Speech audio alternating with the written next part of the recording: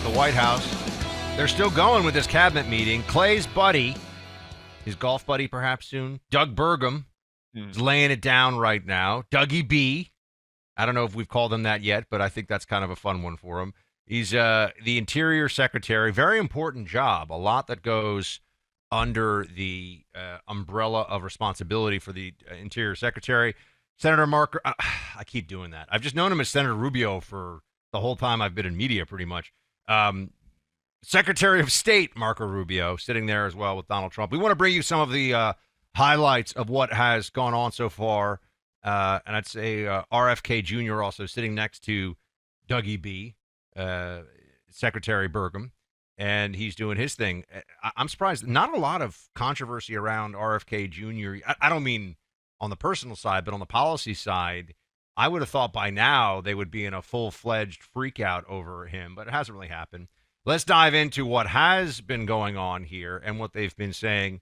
As you know, Elon Musk is also present at this cabinet meeting, and his time with DOGE is, as was planned, don't forget, because he's a special government employee or whatever they call it, as was planned, he's going to be rotating out and going back to running his companies.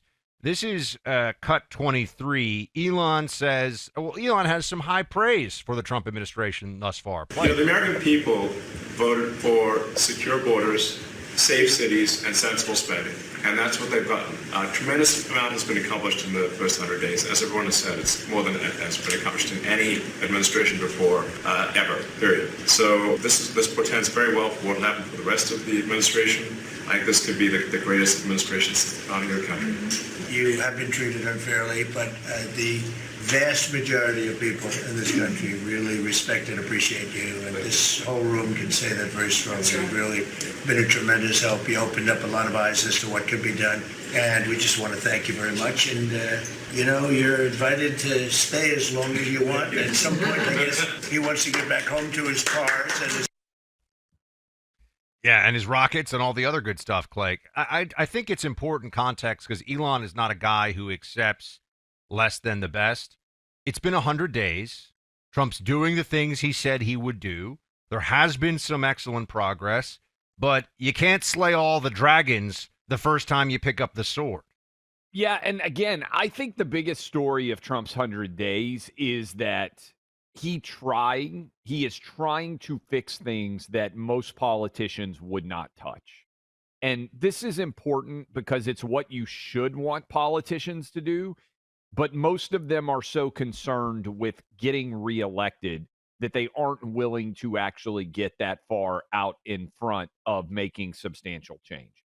And this is, you and I have talked about this a lot, and I think it comes up frequently. What Elon has done is what we should want incredibly talented people from a wide variety of backgrounds to be willing to do. It's what Pete Hegseth did. It's what Sean Duffy did. If you are having success, and this is my opinion, some of you may disagree, but if you are fortunate enough to have success in whatever your private endeavor is, Elon is the most successful capitalist maybe in the history of the world. Now, I want to reiterate that because I think sometimes it gets lost. Elon may well be the most successful capitalist in the history of the world. Buck, I mean, certainly on a dollar value, no one has been wealthier. Now, you can argue, hey, historically on an inflation-adjusted basis, John D. Rockefeller, some of the people in the late 19th century, early 20th century may have had higher share of wealth, the Stanfords, the Vanderbilts, the Rockefellers, the people who endowed so many different institutions. But when you think about Tesla, SpaceX, XAI, Twitter, and the Boring Company, among many others, I don't know that there is anyone in the history of American capitalism or world capitalism that has been more successful than Elon is.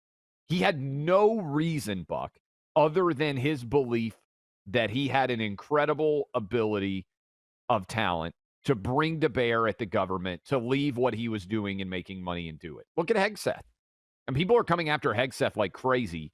He was making several $1 million a year doing Fox and Friends weekend hits as a host, and also then doing lots of different hits on Fox News. And he gave that up to make a couple $100,000 to be defense secretary.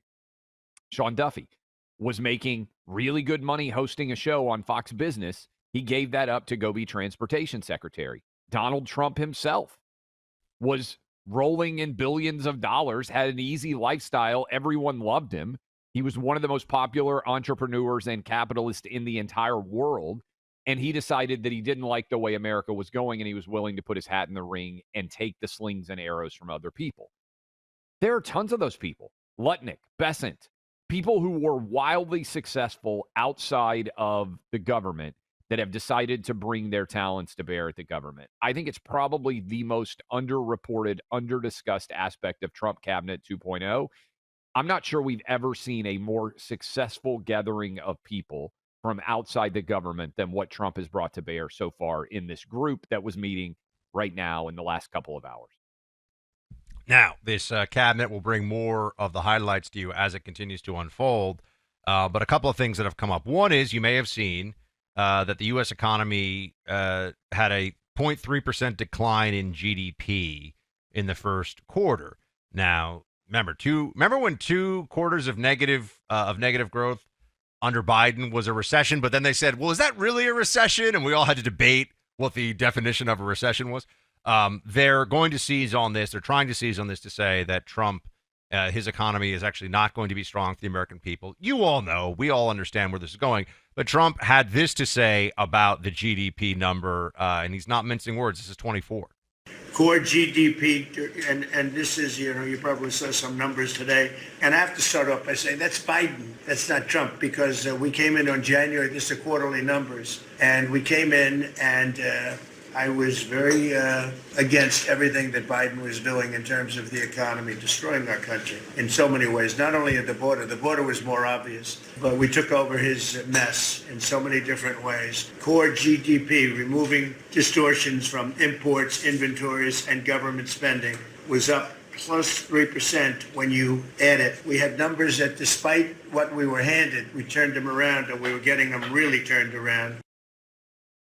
Now, I would just say, I think it is fair that Donald Trump he's saying, look, we came in the middle of the quarter, which is true, or early mid to the quarter, and he's only been president for 100 days, so we have to see how a lot of this plays out. If Trump could snap it, because he snapped, I would say this, Clay, because he snapped his fingers in essence, and the border has been fixed, not immigration. We still have all the deportations and illegal immigration issue, but the border issue, border security has been largely 95% is pretty much fixed. I almost feel like he's a victim of his own success because he snaps his finger and fixes the border. He can't snap his fingers and fix the economy, and especially when you look at the debt and spending and these things that have been built up over decades, it's going to take a little time. I do think that's fair context for this number that has just come out. I don't think there's any doubt at all. And I just think overall, the battle out there as they are trying to attack Trump, we talked about the polling numbers yesterday, Buck, and I do think this is important. Is there anybody within 20 points popularity-wise in the Democrat Party that is eligible to run for office with Trump? Because historically with Biden, we knew Trump was going to run, so you could always kind of compare with Biden, and then with Kamala, there was somebody that you could put up head-to-head. I'm not even sure right now who you would point to in the Democrat Party and say, this person is even on an even remotely close to an even playing field with Donald Trump's popularity. And so the attack now is, the things that Trump is doing are unpopular, and I think they've had some success going after Elon, and I hope it doesn't discourage other highly successful businessmen from coming into government, but unfortunately, I think it probably will, and I think that's part of the intent. But I don't know who you would even point to and say, in these 100 days, this person has been elevated as the foil for Trump. District court judges, but there's hundreds of them. There isn't really any challenger of Trump, even if his agenda is not wildly popular in the marketplace right now. Does that make sense? Like, I don't even see a conflict of ideas that's possible because Democrats, it sort of feels, are drunkenly jumping from, we're going to go with Abreu Garcia.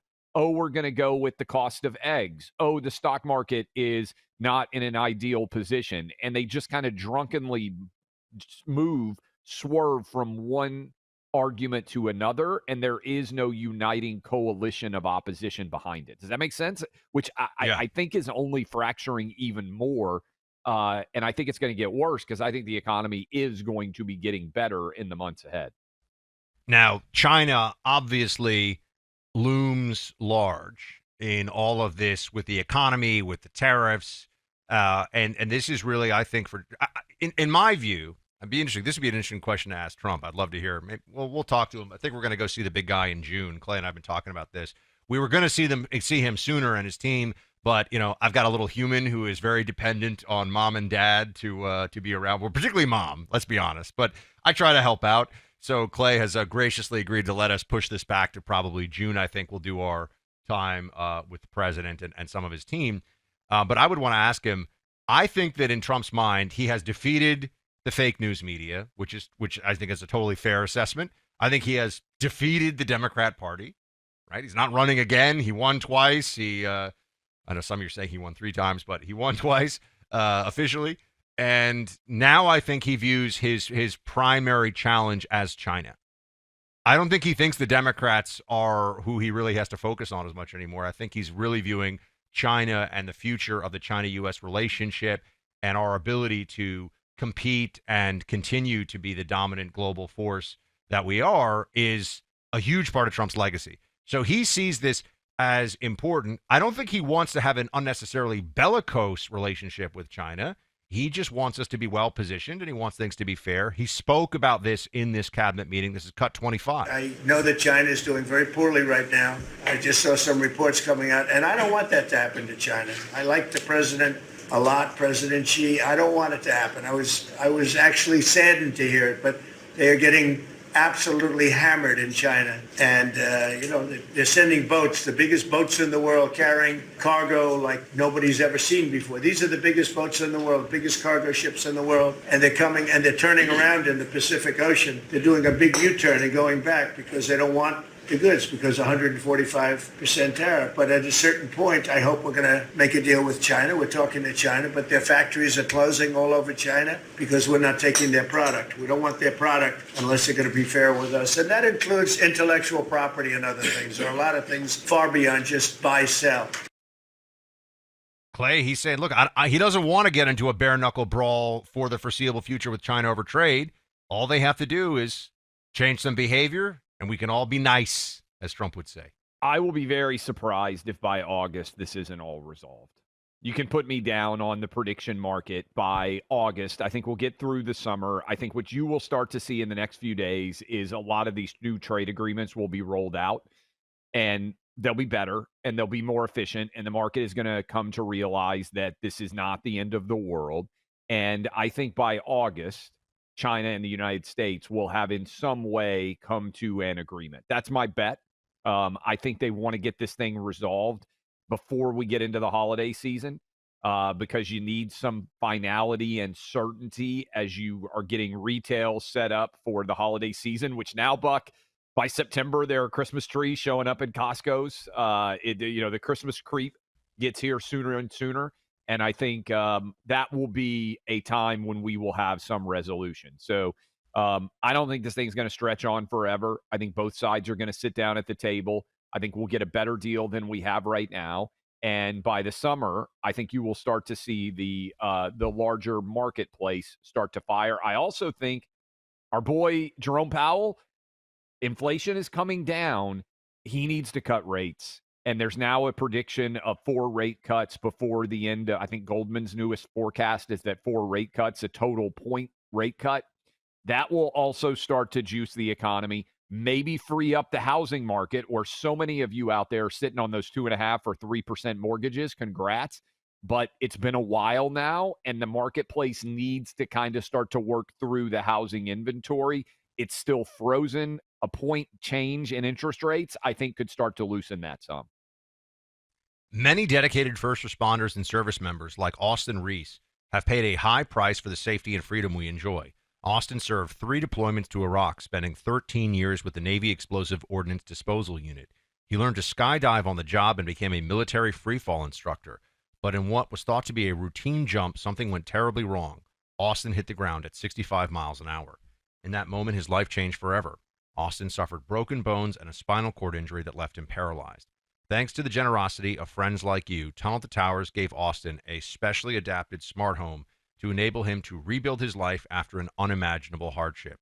You help Austin restore his dignity, independence, and hope for the future, and in doing so, you honored his service in the most meaningful way. Help heroes like Austin. Donate $11 a month to Tunnel to Towers at T2T.org. That's T, the number 2, T.org.